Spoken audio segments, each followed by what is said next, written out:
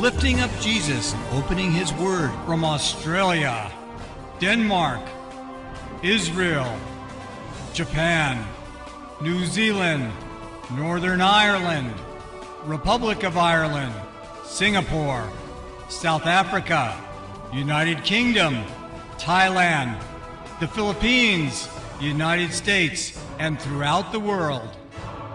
You're watching Moriel TV. First of all, thank you for your question. Let's determine what those other sheep are not, or who they are not. The Mormon cult has presented the ridiculous hypothesis, now debunked by modern genetic science, that Jesus was referring to the North American Indians. It had been the claim of Mormonism and the teaching of Mormonism from its inception that North American Indians are ancient Israelites. Now, of course, today we have mitochondrial DNA signatures. And the mitochondrial DNA signatures disprove the Book of Mormon. There's an excellent film, a video production called DNA versus the Book of Mormon, which shows genetic scientists from Brigham Young University, the Mormon University in Utah, admitting that they have a major problem scientifically because the DNA of American Indians is not Semitic. The mitochondrial signatures of North American Indians, that is Native Americans, prove that the anthropologists have always been right, that they are descendant from Siberians, people who came across the Aleutian Islands from Siberia and Russia and down via Alaska and down into North America from Canada all the way through what is today the United States, Central America, and into South America. But the mitochondrial signatures show the anthropologists were always right as to their origins and where they came from.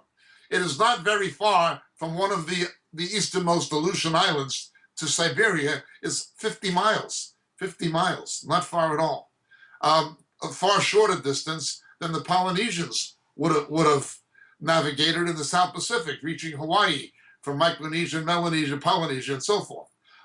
Those people would have traveled even further distances. The difference being, of course, the colder temperatures and the strong currents. Nonetheless, what we have today of genetic science with the mitochondrial DNA proves the anthropologist right and proves the Book of Mormon to be utter nonsense. In desperation, the Mormon cult has tried to say that God changed the DNA of North American Indians to test the faith of Mormons. They come up with these ridiculous things in their counter-apologia. Well, anyway, who are these sheep? Who are they? They are essentially two people.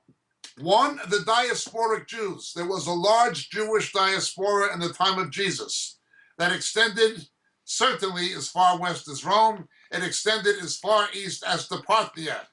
That is what had been the name of Persia at that particular time. There were Jews, major Jewish communities in Alexandria and North Africa, as well as through Asia Minor and into Europe. Cities such as Corinth, Athens, Berea, Thessalonica, Philippi, they all had Jewish communities, as did the cities of the Roman province of Asia, Antioch and so forth. The second, and there were also Jewish communities in Cyprus. The second is the Gentiles, the non-Jews, particularly the Gentile God-fearers, who would respond to the gospel in large numbers. What Jesus was simply saying is, you're my believers who are here in Israel. I have other believers who are further afield. This broadly corresponds to Jerusalem, Judea, Samaria, and to the ends of the earth.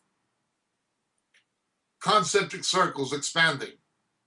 Jerusalem, Judea, and Samaria, then to the ends of the earth.